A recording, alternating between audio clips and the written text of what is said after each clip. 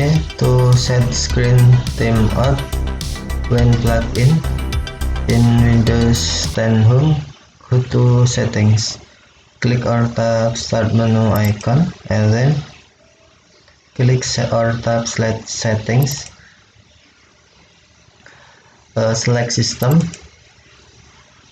and then select Power and Sleep.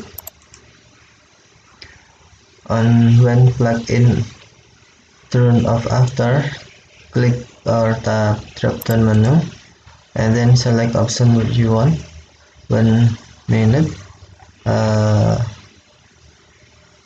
or never. If you select 3 minutes or 1 minute, when laptop or PC not used in 1 minute, screen will be turned off, but PC or laptop still on, just screen turn off. If you select never, screen will never turn off. Okay, thank you for watching. Have a nice day.